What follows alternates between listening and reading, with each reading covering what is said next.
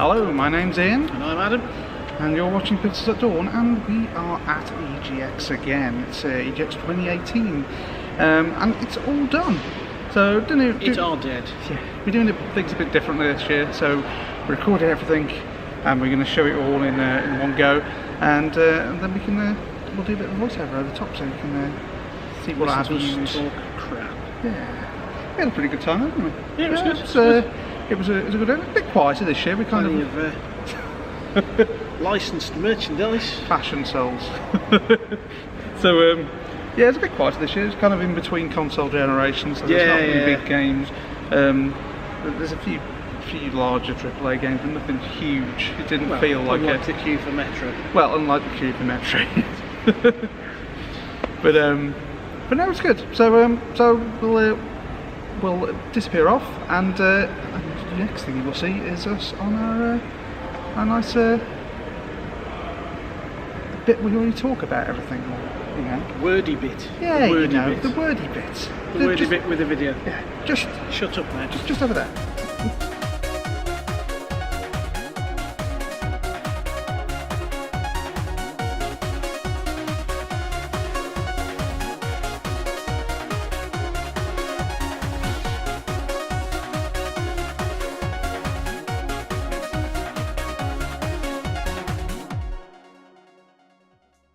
Right then, so let's have a talk about some games. What AAA stuff did you have a go at, Adam? Well, I guess off the bat, the first thing we played, I think, was Man of Medan, wasn't it? Dark Pictures? Yeah. Dark Pictures Man of Medan, the Until Dawn new game from Supermassive. It really is just, it is just Until Dawn next. That's not a bad thing. I really like because we went to the dev session for that as well, and I really liked what the guy was talking about with they're planning to release 2 games a year in this series, about like 4 hours each, something like that. Well, he pitched this sort of like a Black Mirror sort of anthology job, didn't he? Yeah, which is pretty cool. I have to admit, I'm always a little bit suspicious when anyone goes, right, we're doing 2 games a year, this is how we're going to do it. It's sort of episodic and all this kind of stuff, which never seems to work out that well. But, you know... Hey, it worked out well for Telltale. How topical. Ooh, too soon. Something like that. But yeah, it was alright. It was a fairly short demo, I thought. But it was good. I mean, it's obviously running on the Until Dawn engine. It looks very much similar. They've obviously tarted it up for later releases. But yeah, I'm looking forward to that. Until Dawn was excellent, so... Yes, please, more. It's interesting. He seems to be suggesting they're able to attract some big names in terms of voice acting, so it'd be interesting to see what kind of people I spotted, end up getting in. Yeah, I spotted Iceman from the original run of X-Men films in there. It's one of the characters. Yes, so who knows who else they've got, because he said they specifically weren't announcing, so I don't know. Don't know who the hell they're going to get. Maybe Idris Elba or, Patrick Stewart will just wander out. You don't know. That would be cool, though. I was watching a video earlier of the start of Oblivion with Patrick Stewart as well. So yeah, that would obviously be good. So that was good. We also had not one but multiple goes at Soulcalibur VI. Ooh, it's so good. It's so good. It wasn't that good, Ian. Probably the game I'm looking forward to most in the next sort of 12 months, I think. So. But no, I really enjoyed it. No, I also enjoyed kicking the crap out of the stall guy with Geralt after he challenged me. Yeah, you really identified with Geralt when you I don't know, the moves are good. Also, you can hypnotise someone to stand up and then get smashed in the face with a sword. What's not to like? Yeah, that helps. And he's such a good fit for that game. I'm not sure who I like the most out of the characters I played. I tried to go around quite a few of them. Yeah, Grow was pretty cool. I mean, I always like a bit of Sophitia. Ivy I like to play, but she tends to be... I think Ivy's a little bit easy mode for Soulcalibur. It's kind of like the Blanca of the Soulcalibur series. It's just like stand a long way away and hit people with the whip sword. I mean, well, let's compare it to Blanca. Not very many clothes, distinctive hair, surprising attacks. I mean, in terms of the tier of character. Oh, okay. Blanca doesn't have boobs. I did feel kind of bad using her on my brother because he was like, "Oh, look, she's got a dagger. That can't get me. Oh, no, why is it coming through the floor? Oh, my sweet summer child." He's got to learn. He's got to learn. That was satisfying because he's usually annoyingly good at fighting games, and it's just like, ha ha ha. Now it is the tactics. But no, it's good. It played very well. Oh yeah, it looks great, sounds great. Yeah. I'm looking forward to seeing what other characters they put in, because there were quite a few gaps at the selection screen. They seem to have the sort of the staple characters there. Taki, Mitsurugi. You know, that kind of character, you know, the ones we've already mentioned. So, I don't know, maybe they'll get that weird guy in the gimp suit whose name evades me. Yoshimitsu? No, he's already... The guy, like... he's Voldo. Yeah, there you go. Gimp suit. Right. Yeah, sorry, yeah. Well, they've confirmed, what's his name, isn't it? Huge bloke with a hammer/axe. Blimey, you're testing my knowledge here. It begins with an A. Astaroth. Oh, right, yeah. I always think of Nightmare when I think of him, but... Nightmare has a big sword. I know. And he's in the game already. He's one of the big characters. But yes, that was a lot of fun. I really enjoyed that. Yeah, I'm definitely picking that up when it comes out.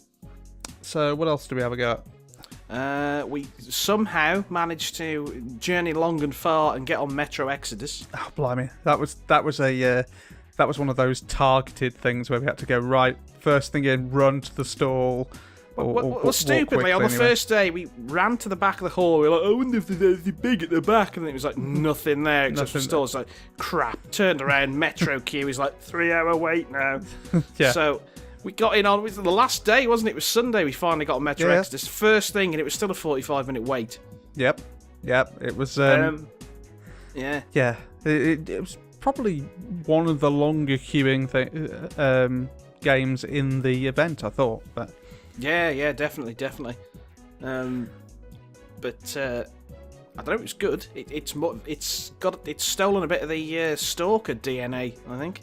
Okay, I mean, I've not played the other Metro games yet. I own them, but I haven't played them yet, so I can't really make a comparison. But well, in terms of, you know, obviously because you're outside, there's, well, certainly for the demo at least, there's less tunnels, so you can take a bit more of a free-for-all approach. It's not completely open world from what I could tell, but... No, I don't think so. I think it's almost like a pseudo-Metroidvania, kind of, you can now open this area kind of thing. Possibly. But I'm not sure. I mean... there was a bear with its face chewed off. I know that much. I think I played a bit too cautious because I spent most of my time just looting stuff rather than actually fighting people. I decided to channel the Predator and just took people down while they panicked.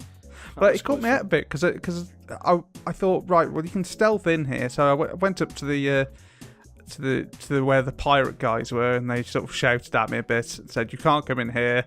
So I thought, I got to say, the wondrous sort of Russian dudes doing English voice acting is back. I'm so glad, because it was always endearingly kind of ropey in the old games. It was just, oh, yes. I took that as like, well, there must be another sort of more stealthy way to get in here. So I went down to the water and tried to like dive in through the like sewer pipes and stuff, which didn't go so well, because it just sort of basically starts choking the character and you have to sort of clamber out of the water. Yes, Ian, that's this concept known to many humans as drowning. Yeah, but that wasn't. It was a case of you put your head under the water and he didn't like it, kind of thing. So I guess radioactive water or something. Probably. What I did was when they were like, you know, don't come in here, hi ho, because they're all pirates and whatnot. I just hopped off the side of the bridge, went under the bridge, came up the side of their end of the bridge, and then went around the back of that house, and they were all in there waiting for people to come over the bridge. So I just shot them all in the head with a crossbow. Hi ho, hi ho. They're like pirate guys, not the Seven Dwarfs. I know, but they were doing it badly, is what I meant. Fair enough. Yeah, it seemed alright. Could have done with a little longer play on it, but I guess we waited long enough to get on there anyway. Oh, God. They'd have had like 5 people on if they actually got a proper go at it. So Yeah. Speaking of long-ass queues, next game, Pokemon Let's Go Pikachu / the other one, the brown rabbit. That's the one. You should know that better than me, blimey. No, I do. It's an inferior Pokemon. Oh, I see. There's too many Eevee evolutions. Yeah. It's evolved into a bug now. Sod off. Get some more inventive Pokemon. Anyway, Eevee hate aside, that was good. I get sod all time to play in it because my store guy was a bit of an arse. Anyway, I played enough to sort of get the gist of it. It's basically the horrible hybrid of Pokemon and Pokemon Go. Mm-hmm.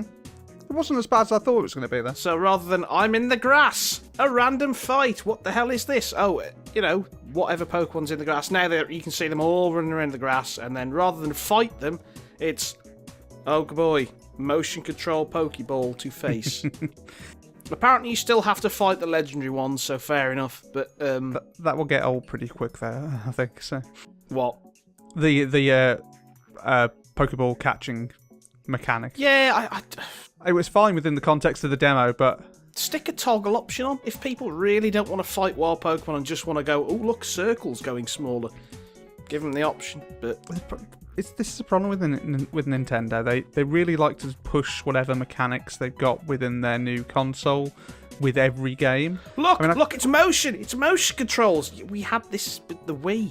It's like they did with was it Star Fox Zero? Was it called or something like that? That was apparently terrible with motion controls.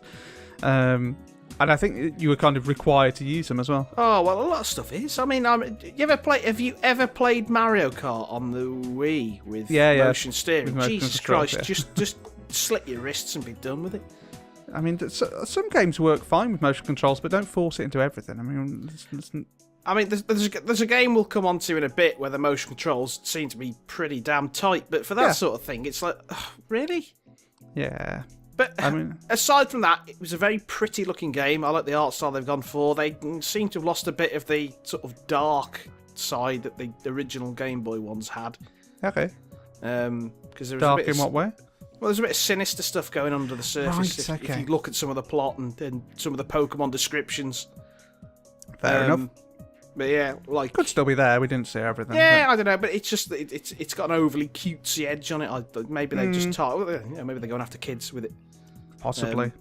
It is a rehash of the first game. Maybe this is just their way of going, look, Pokemon Go players, this is a proper game, sort of. It's quite good fun to have a go with. They've got like a little what do they call it? Pokeball Plus. That was it. Sort of Pokeball controller kind of thing. Yeah. A little analog stick on the top, and then you use the motion controls within it to do the catching and things like that. But it's how do you use it, Ian? Do you sort of lob it at the screen?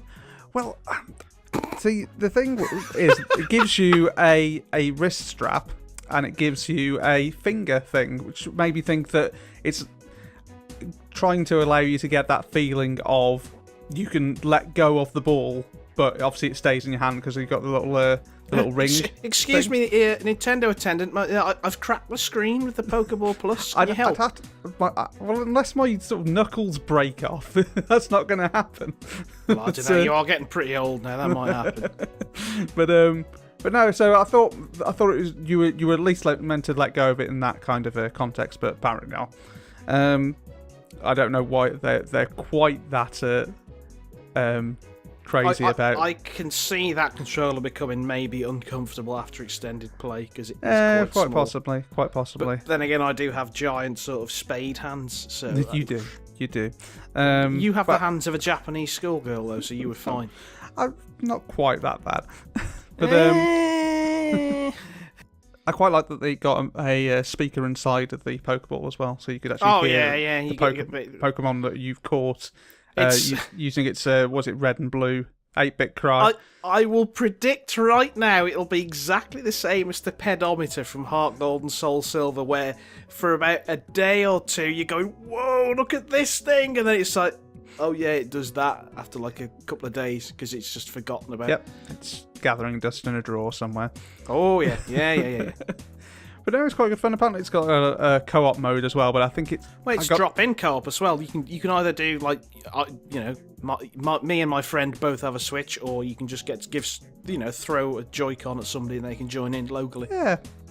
Initially, I thought it was something just akin to some of the co-op we've seen on like things like Super Mario Galaxy back in the day, where it's like you can help the other player. It's like that no one wants to do that. I can drop you a power up occasionally. Yeah, exactly. So, but no, it seems a bit more full on co-op, which is quite nice. Yeah. Which is good. While we're at the Switch stand, we also had to go at the brand new Smash Brothers Ultimate. Ooh, yeah, that was very good. Enjoyed that. Was good fun. My boy Snake is back. The top tier Smash character is back.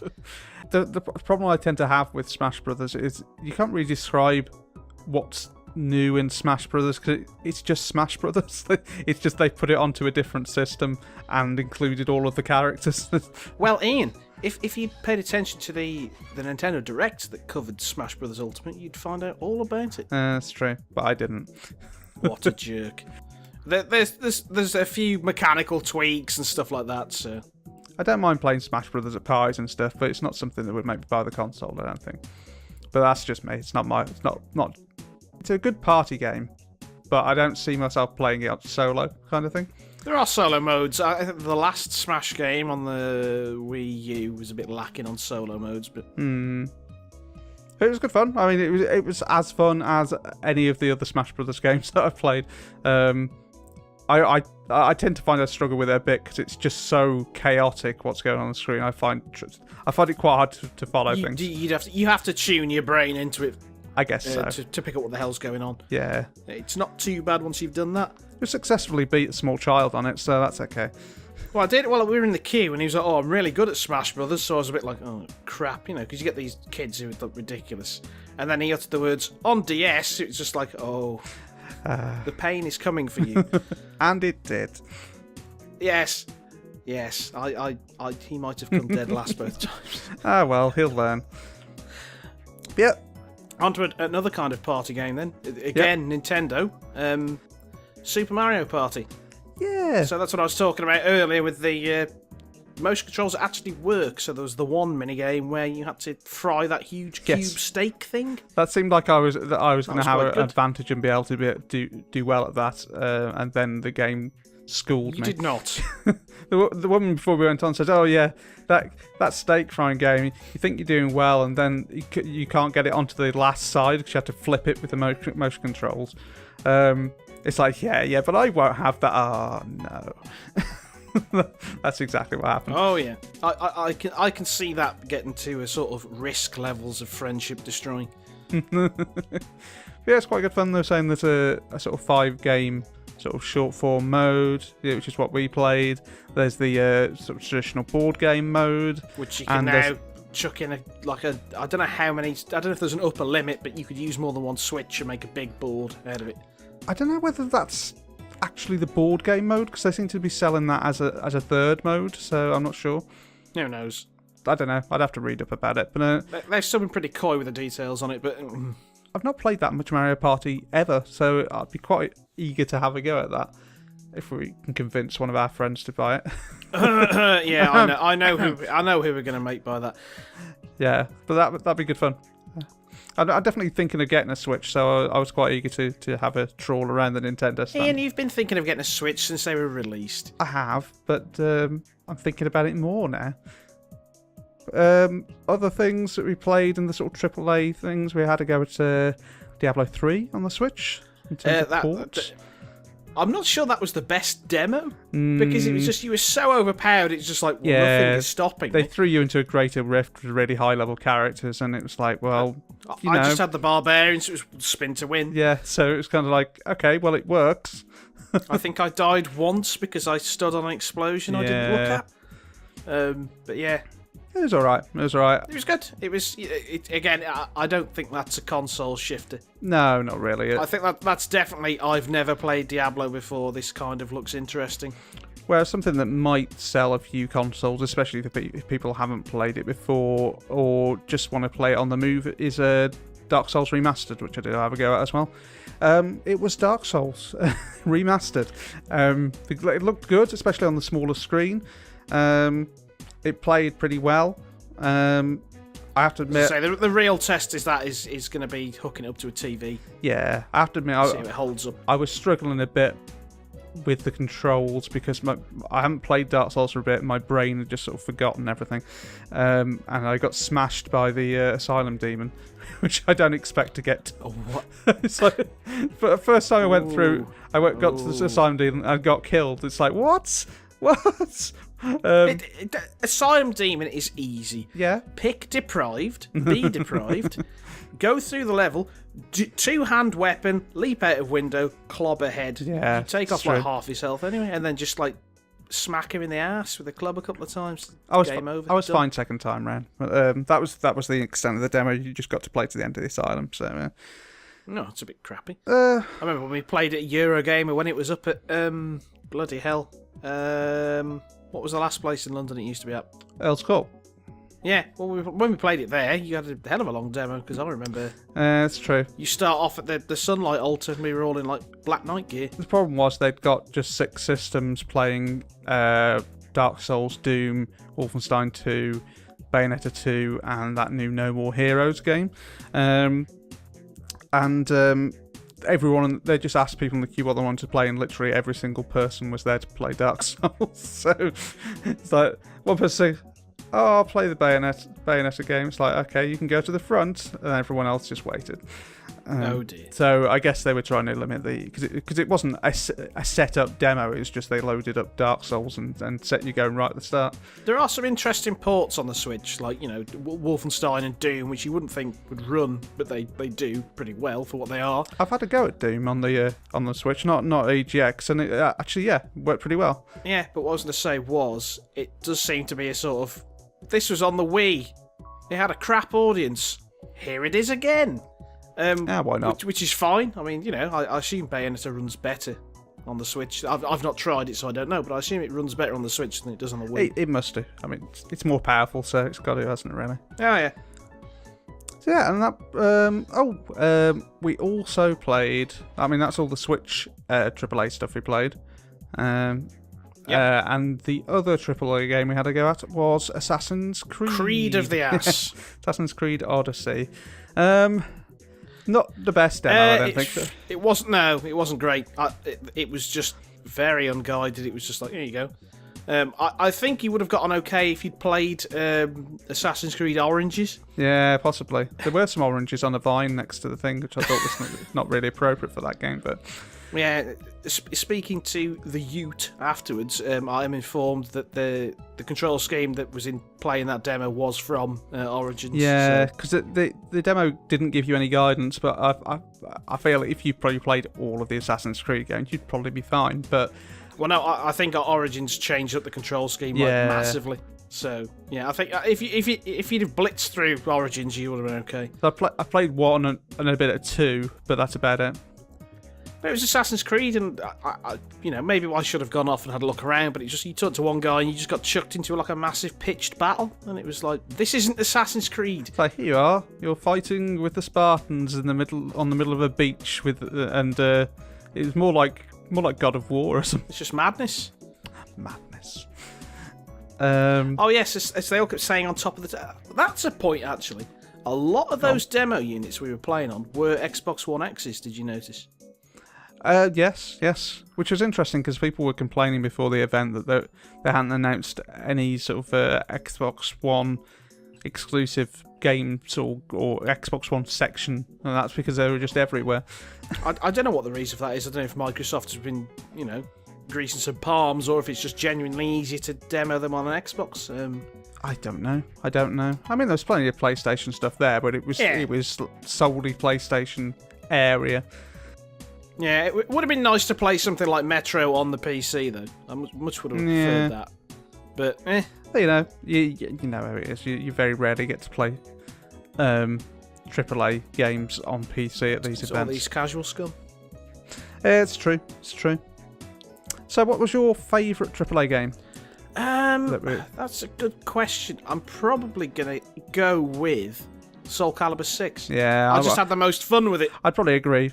But then I kind of went in expecting to have the most fun with Soulcalibur 6. It was fun to play and it was fun to watch because Soulcalibur isn't like 2000 APM and you can't see what the hell's going on. You can. It's true. It's a very deliberate fighting game. if you whiff a move, you pretty much, you know, you're going to take a lot of damage if your opponent knows what they're doing. So it was fun, really fun to watch. I mean, we sat down for half an hour and watched just random people playing it on the big screen. Yeah, because there was just like a sit down and play thing on the big screen. Yeah, it's definitely a very visually appealing game. It's something you can watch and understand quite easily. That was a pretty clever move by them to put that big screen up and just let people go up and play on it.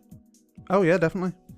But yeah, it was just, you know, you're there going, ooh, and you know, when somebody just loses all, there were some pretty good players as well, which helps. Oh yeah, and or somebody accidentally jumps off a ledge. That's always funny. yeah, pretty funny. So yeah, there was that. I think Super Mario Party is probably the honourable mention runner-up for me as well, because that was just a lot of fun. I'll probably go Smash Brothers for my runner-up. Okay, cool. Oh, that's fair enough. It was a very good implementation. I mean, it gets bonus snake points, so. And we got a couple of goes at that as well, didn't we? So. Yeah. That was a pretty quick queue, I will say. But then again, it's, you know, 2-minute matches, 2 matches. So. Yep, 4 people at a time. So away you go. So yeah, that's the AAA stuff. There wasn't a lot there last year. This year. Well done, Ian. But nothing really. Well, it's winding down to the end of this console generation, isn't it? You're not going to get many blockbusters. It'll be next year that might be interesting. I mean, I said that myself, but I think we'll find out next E3 whether they're going to go full on with a brand new console or whether they're going to incrementally put some stuff in there. But maybe EA will release a console. It's the new empty Xbox. Let's not even entertain that concept. It's just got a coin slot on the front.